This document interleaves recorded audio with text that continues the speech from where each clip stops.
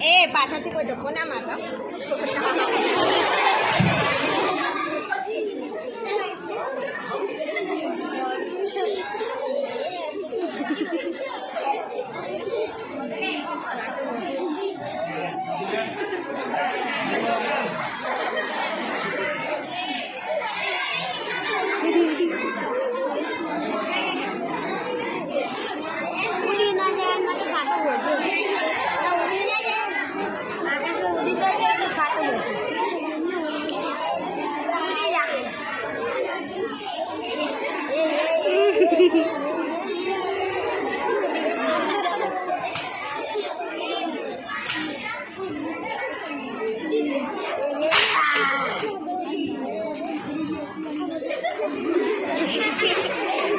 જો